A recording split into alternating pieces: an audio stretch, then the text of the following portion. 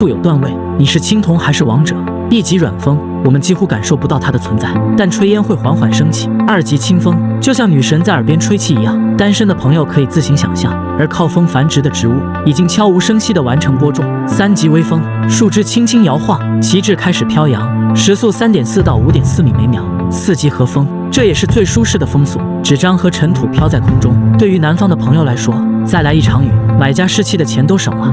5级清风，适合郊游。去海边，风筝可以高高挂在空中，海面开始泛起浪花。6级强风，如果你是高空作业，那么恭喜你可以放假1天，但对于地面上的打工人来说，出门最好多带几把伞，因为一旦风雨交加，你手中的伞可能会杠上开花。7级疾风，你想象一下，无数个吹风机对着你是什么感觉？即使大树在它面前，也会乖乖弯下腰。所以80斤以下的朋友千万别出门。8级大风，时速17.2到20.7每秒，再强大的树枝也开始在空中翩翩起舞，海上浪花不断拍打礁石，迫使渔民不得不往家赶。9级烈风，房屋上的瓦片被掀起，那些豆腐渣工程要小心了。10级狂风，其速度和绿皮火车一样，但对我们静止的广东记者来说，这些都是小场面。11级暴风，沙尘暴会飞起2米以上，巨大海浪翻滚咆哮，海上轮船非常危险，就连珍珠号在它面前也要退避3舍。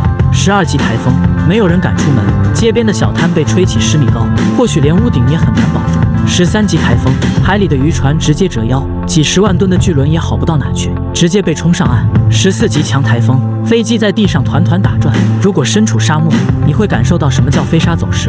15级高强台风，树木被连根拔起，即使你家住的是铁笼，也会变成一堆废铁。16级超强台风，它能给树皮扒得干干净净，所到之处无一幸免，给人类带来毁灭性的伤害。17级超级台风，台风海燕席卷半个菲律宾，就算奥特曼来了也束手无策。所以不想体验龙卷风的朋友，台风天千万不要出门。